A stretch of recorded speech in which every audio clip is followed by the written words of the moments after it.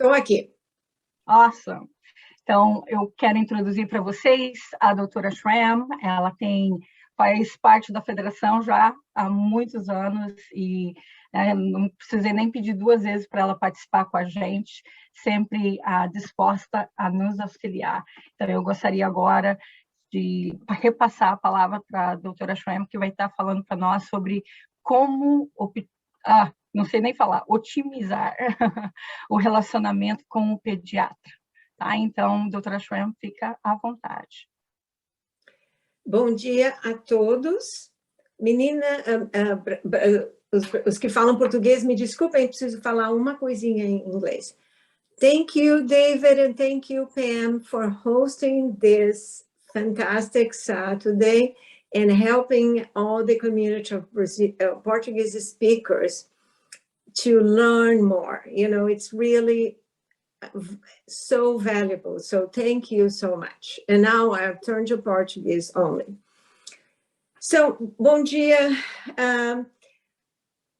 Eu vou falar hoje, eu sou pediatra formada pela Universidade de São Paulo e mudei para os Estados Unidos já há mais de 30 anos e já passei em Nova York, eu trabalhava em Nova York, na cidade, e eu estou aqui na área de Boston desde 2002, quando eu fiz um fellowship no Children's, onde eu trabalho até hoje, e o meu fellowship foi de Pediatria do Desenvolvimento do Comportamento. E naquela época eu entrei em contato com a federação e fui treinada pela federação como uma Education Advocate. So, tudo que eu sei é graças à federação. E eu fui convidada a participar do board da federação e eu participei por muitos anos. Esse ano eu resolvi dar uma parada, mas eu tenho o maior prazer de continuar trabalhando com a federação. Então, eu preciso dos meus slides. Shanta, can you please start my slides?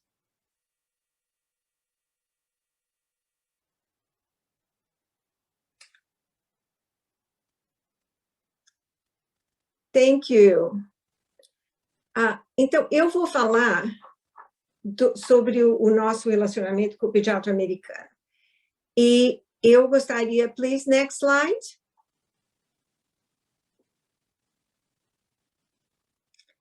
Então, a gente, como mãe, ou como quem cuida de uma criança, sabe que você tem que ter o seu pediatra como um parceiro excelente. E que eu vou dar, isso, como o pediatra americano é muito diferente do pediatra brasileiro, e eu não sei qual é a experiência que vocês tiveram, mas a minha experiência como pediatra, não como pediatra, como mãe, que levou uma criança ao pediatra, eu tive situações muito desagradáveis, que não vale a pena falar aqui, mas por isso eu quero dar algumas dicas para vocês. Primeiro, as consultas têm que cobrir muito mais do que somente a vacina, o exame físico, e aqui está a sua receita. E vocês precisam escolher um pediatra que vocês realmente confiam, que vocês acham que está trabalhando com você. Principalmente quando a gente tem crianças com necessidades especiais, como eu também tenho. Então, isso, às vezes, eu tive que mudar aqui em Boston, 2 pediatras, porque o primeiro foi uma situação muito desagradável e aquele pediatra não estava prestando atenção para as minhas dúvidas e para as necessidades especiais da minha menina. Então, se você tiver que procurar um outro pediatra, não se preocupe. Eu acho que você tem que... A coisa mais importante será você procurar uma pessoa que trabalhe com você. A Juscelia mandou um texto perguntando se eu posso dar os slides. Claro, os slides serão distribuídos a você pela Seriane. Então, quando você tem um bom relacionamento com o seu pediatra, a sua criança vai receber um cuidado de altíssima qualidade e que vai respeitar a nossa cultura e os valores da sua família. Porque se o pediatra não prestar atenção aos nossos valores culturais e da família, aí não está funcionando muito bem. Então, existe esse link que está aí, que vai ser mandado para vocês, que é da Academia Americana de Pediatria, como escolher o pediatra. Next slide, please. Então, algumas coisas que eu sugiro para que vocês perguntem ao médico. Qual é a escola de medicina que o pediatra estudou e onde ele fez a residência e onde fez o fellowship? Na minha experiência aqui nos Estados Unidos, para qualquer médico, é que os médicos que se formaram fora dos Estados Unidos, eles têm uma cabeça mais aberta do que dos médicos que se formaram nos Estados Unidos. Minha experiência pessoal. Qual hospital que o pediatra interna os pacientes? A gente sabe que em pediatria, em geral, a necessidade de internação não é enorme comparado com adulto e adolescente. Então, mas se precisar internar, que hospital que eu vou? Eu sempre sugiro que você procure um pediatra na sua redondeza, porque é muito mais fácil. Você imagina, você chega em casa do trabalho cansada, a criança está doente, você tem que correr com a criança, é mais fácil ir num consultório pertinho de casa, que é conveniente para você. E se você precisar ir de ônibus, hoje em dia, graças a Deus, tem Uber, pega um Uber ou pega o carro. Qual é o horário do consultório? Tem algum horário de fim de tarde para quem trabalha? Tem algum horário no sábado também para quem trabalha? Qual é a prática do consultório? O pediatra atende o telefone? Ou quem que fala comigo quando você liga? Vai ser uma enfermeira? Vai ser uma assistente? Tem outros pediatras no consultório? Por exemplo, quem cobre, o pediatra está de férias. Com quem que eu...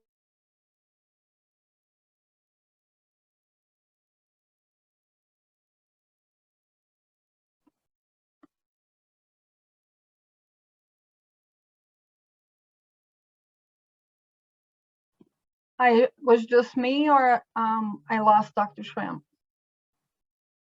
I lost her too. Yep, eu também.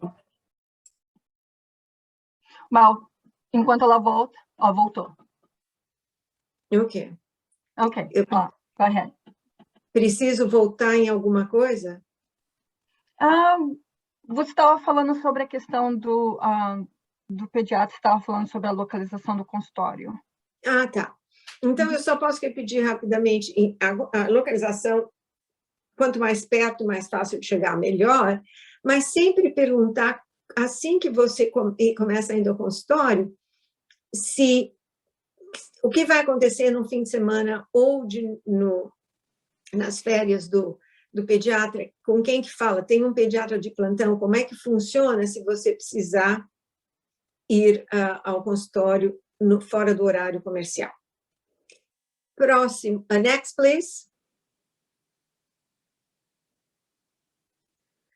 Outra coisa. Como você se sentiu no momento que você é a primeira vez? As pessoas foram simpáticas e gentis? Eles têm paciência? Eles parecem carinhosos? Ou eles estão correndo para ver o próximo paciente, nem ouvem você direito? Se isso acontecer, isso é um horror. É uma das razões para você trocar.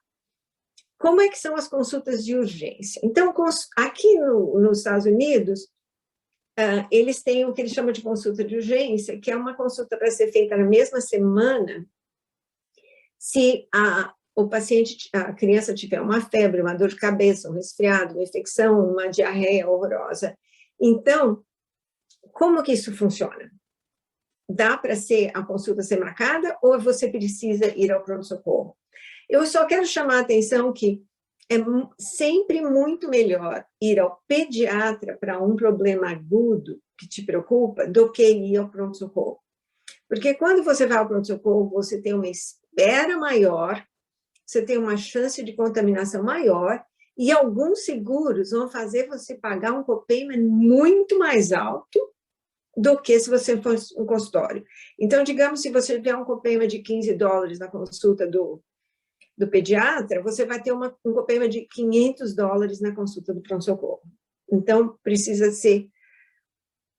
pensar muito nisso, e alguns seguros, eles não vão te cobrar o copayment se o pediatra mandou você ir ao pronto-socorro. Então, presta atenção a esse detalhe. Quais os planos de seguro que o médico aceita? E como que o consultório lida com a burocracia do seguro? Você tem que fazer alguma coisa, você tem que pagar e depois você vai reembolsada, que já é um pouco mais complicado, ou se você só vai lá, mostra o cartão, paga o copayment se tiver, e está tudo pronto. E eles lidam com o seguro.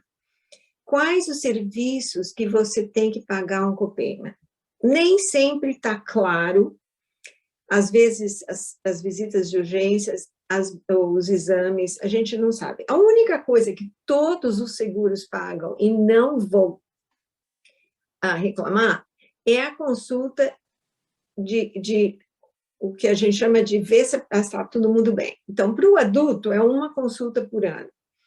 Para a criança, depende da idade, e cada seguro determina o que eles querem fazer. Então, para ficar bem claro, quanto mais você se educar e perguntar, vai ser melhor. E outra coisa que é muito importante é, se a nossa criança tem um problema complexo, e você vai ter um neurologista, um pediatra do desenvolvimento, o seu pediatra vai coordenar os serviços com os outros médicos? Ou seja, o seu pediatra vai falar com os outros médicos, ou é só você que fala com os médicos? Porque o melhor serviço, o melhor cuidado clínico para as nossas crianças vai ser se você tem o pediatra que conhece, conversando com todo mundo, entendendo o que está acontecendo e explicando para você, traduzindo para a linguagem leiga. A Juscelia me pergunta aqui se existe um seguro melhor do que o outro. Eu não sei responder, porque os seguros são determinados pelo empregador que paga uma parte do seguro. E os serviços são determinados pela apólice do seguro. Então, se eles vão pagar a fonoaudiologia 2 vezes por semana ou não, está na apólice do seguro. Então, depende tudo do seu empregador. Quem tem sorte de ter um Mass Health, o Mass Health realmente cobra tudo, o Mass Health comum. Quando é o Mass Health que tem uma outra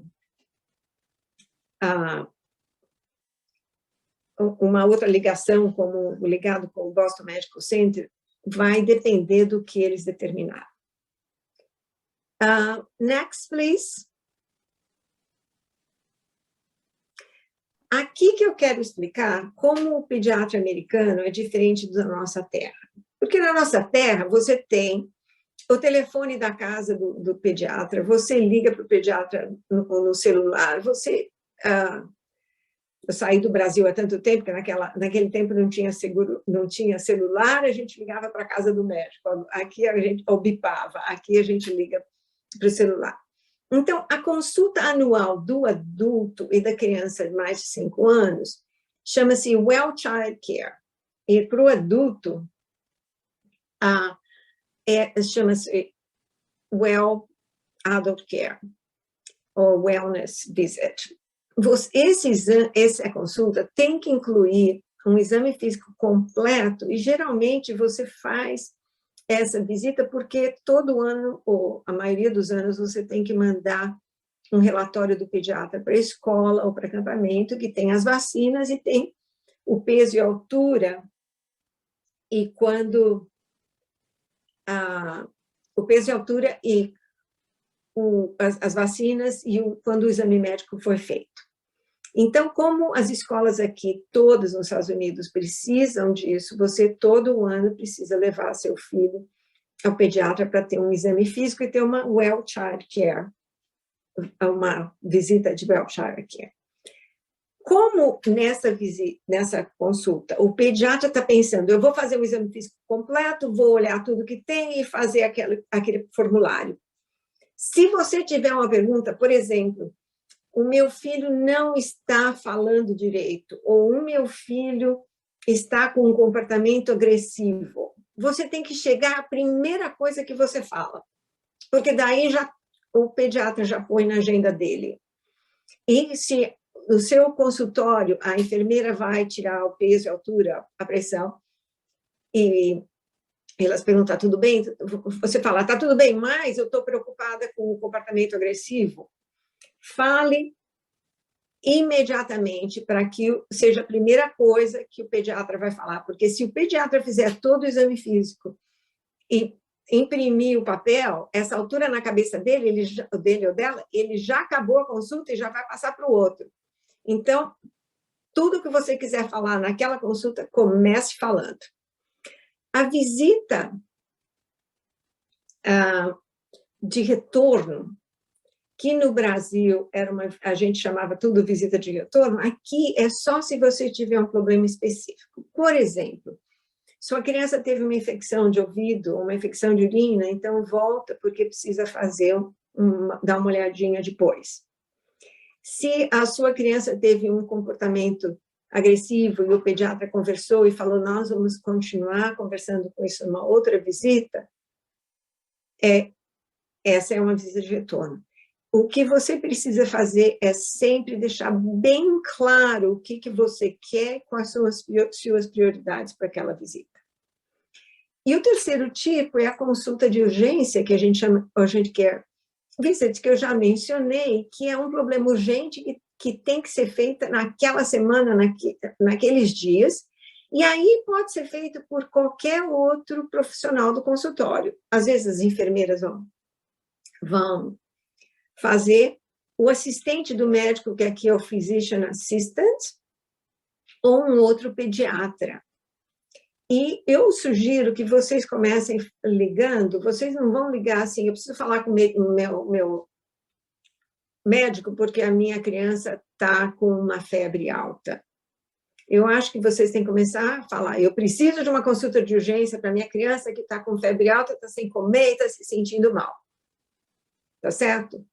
Vai direto aos sintomas da criança, em vez de só perguntar, posso falar com o pediatra? Não, já começa falando, preciso de uma consulta de urgência, porque daí todo mundo já presta atenção. Next slide, please.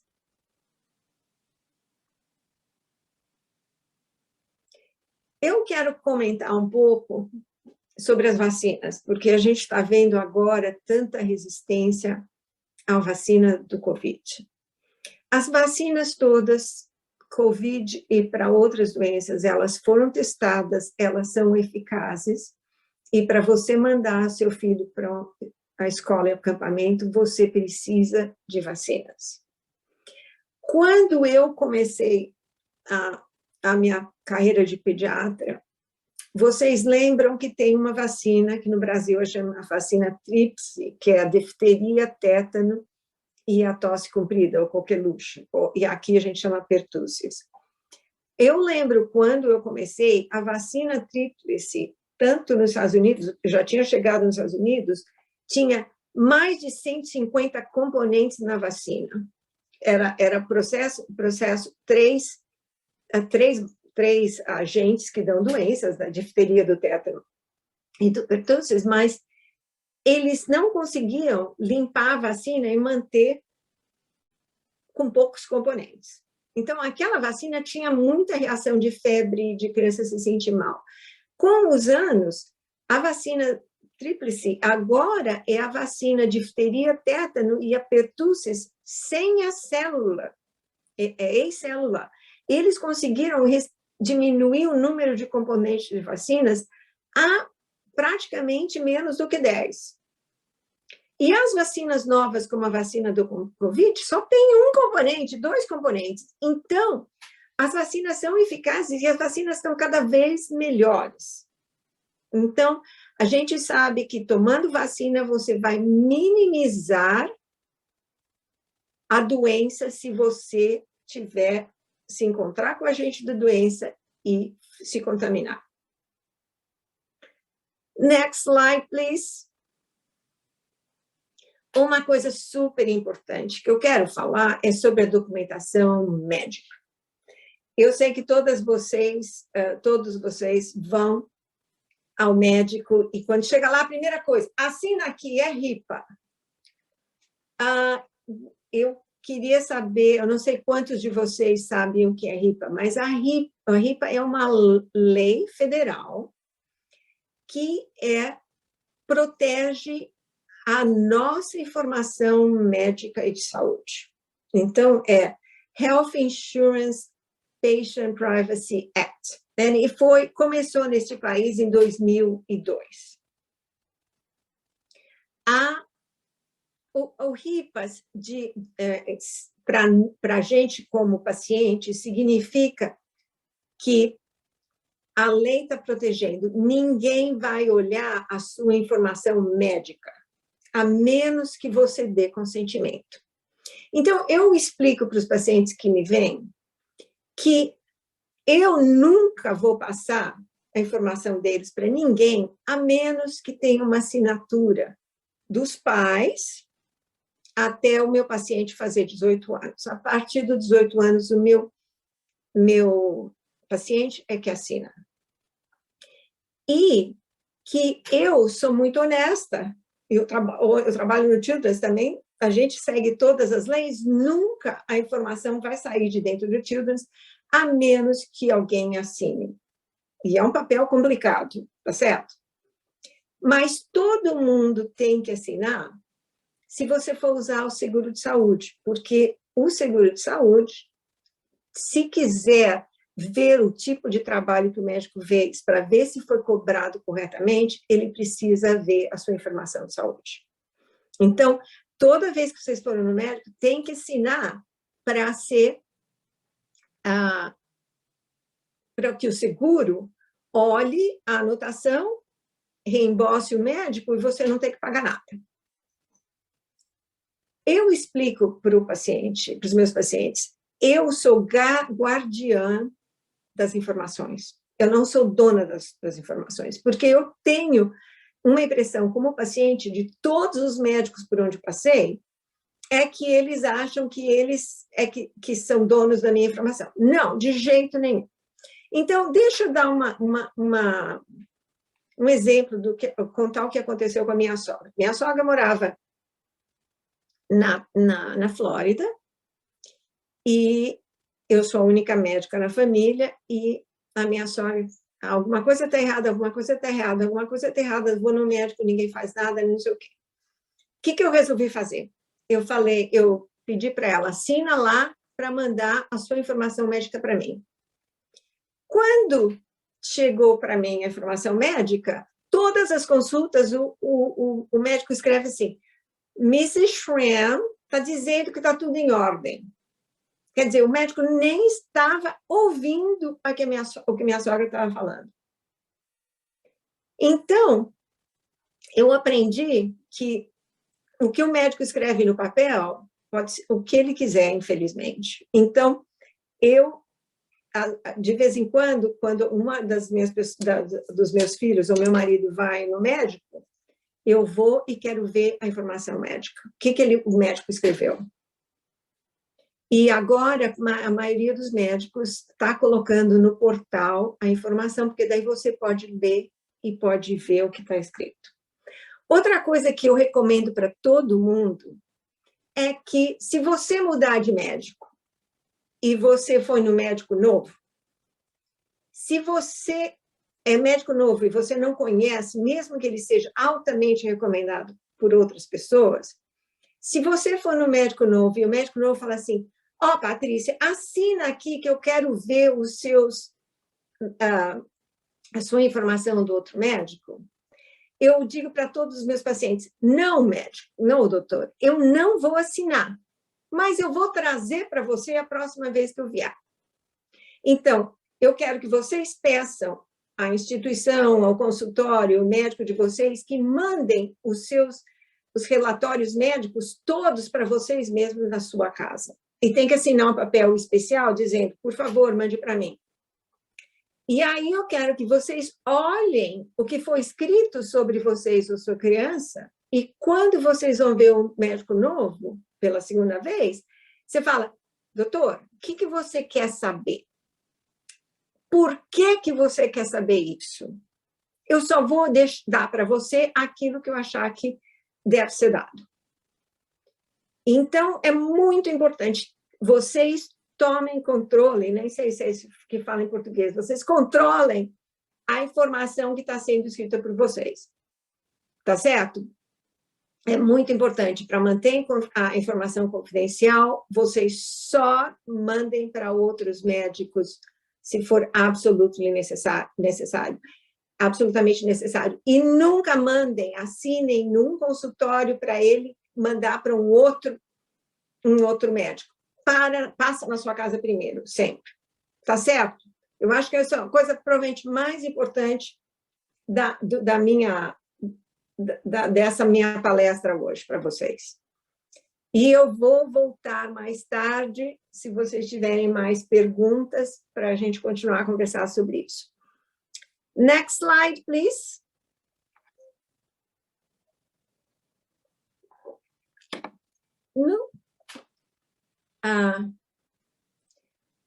A Ana está perguntando de onde eu atendo fora do hospital. Eu não mais atendo pediatria geral, nem pediatria do desenvolvimento. Eu me especializei numa parte da pediatria do desenvolvimento que se chama medicina do vício. Então, eu só atendo paciente que tem essa doença chamada vício ou addiction, e eu trabalho no Children's. Eu só conheço uma pediatra brasileira, que é a doutora Vanessa Risco, que atende no Chestnut Hill. E não tenho... Tem alguns especialistas por aqui que são brasileiros. Psiquiatra infantil, neuropediatra infantil, que eu conheço. E por que não é legal o médico enviar suas informações para outros profissionais? Excelente pergunta. Por que a lei chamada HIPAA não deixa o médico falar, nem pode conversar com nenhum outro profissional, a menos que você desse o seu conveniente, o seu consentimento por escrito. Bom, deixa eu continuar. Então, quando você tem uma preocupação sobre desenvolvimento ou comportamento, que é muito comum, a criança está falando, a criança está se comportando bem, a criança, quais esses problemas que a gente não olhava direito, você tem que procurar um pediatra do desenvolvimento e comportamento. Porém, eles são poucos nos Estados Unidos, as listas de espera são enormes, e muito poucos dos pediatras comuns têm treinamento em desenvolvimento e comportamento. Essa foi uma parte da pediatria que nasceu aqui no Children's há 30 anos, quer dizer, é extremamente recente.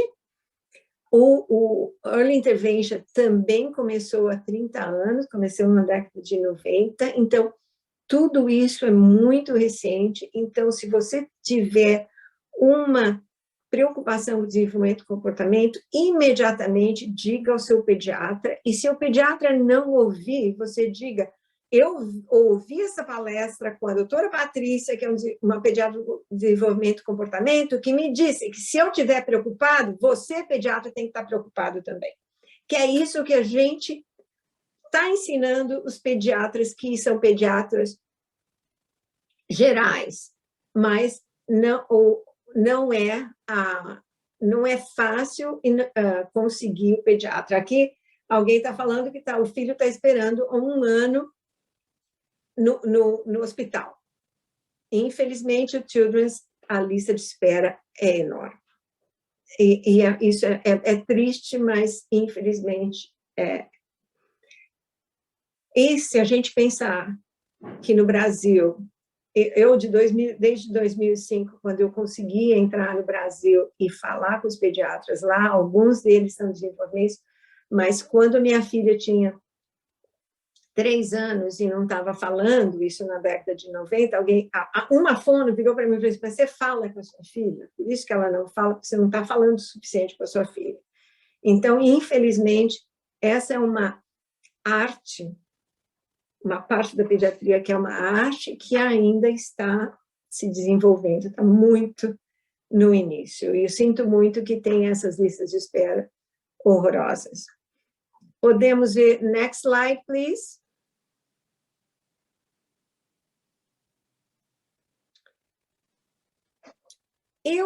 Quando eu estava sendo treinada no Children's, e eu entrei em contato com a federação, eu dizia para o meu chefe, eu não quero saber o diagnóstico, eu quero saber quais os serviços e como eu consigo os serviços para minha criança.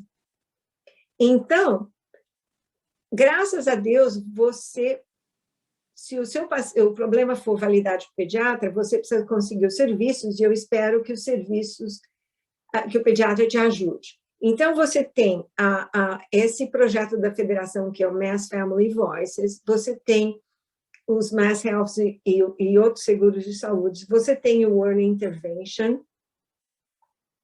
você tem o Family Ties, você tem... Aqui nós pusemos alguns programas que eu acho que pode ser útil. Tem esse programa para jovens do estado de Massachusetts, mas eu gostaria que vocês fossem mais ativos em procurar serviços, porque a Lei de Educação Especial, que é a IDEA, ela dá o poder para os pais pedirem, independente do pediatra. Por exemplo, se o pediatra não falou nada e você está preocupada com sua criança, você manda uma carta para a Early Intervention pedindo uma avaliação. Não precisa do pediatra, pode ser você. Podia até ser o vizinho, mas o Early Intervention não vai ver sua criança que se o vizinho pedir, porque você, como pai, tem que assinar autorização para a criança ser avaliada. Então, qualquer criança com menos de 3 anos, em qualquer estado, você comunica com a Seriane, e a Seriane te ajuda a procurar qual é a Early Intervention na sua cidade, na sua região, e eles aí vão avaliar e fazem um plano de serviço, que chama Plano de Serviço Familiar Individualizado. Mas este país é os Estados Unidos. Em cada estado, uma lei é diferente das outras. Então, em todos os estados, menos o estado de Maine, você até os 3 anos de idade. Em Maine, as crianças até 5 são cuidadas por Early Intervention.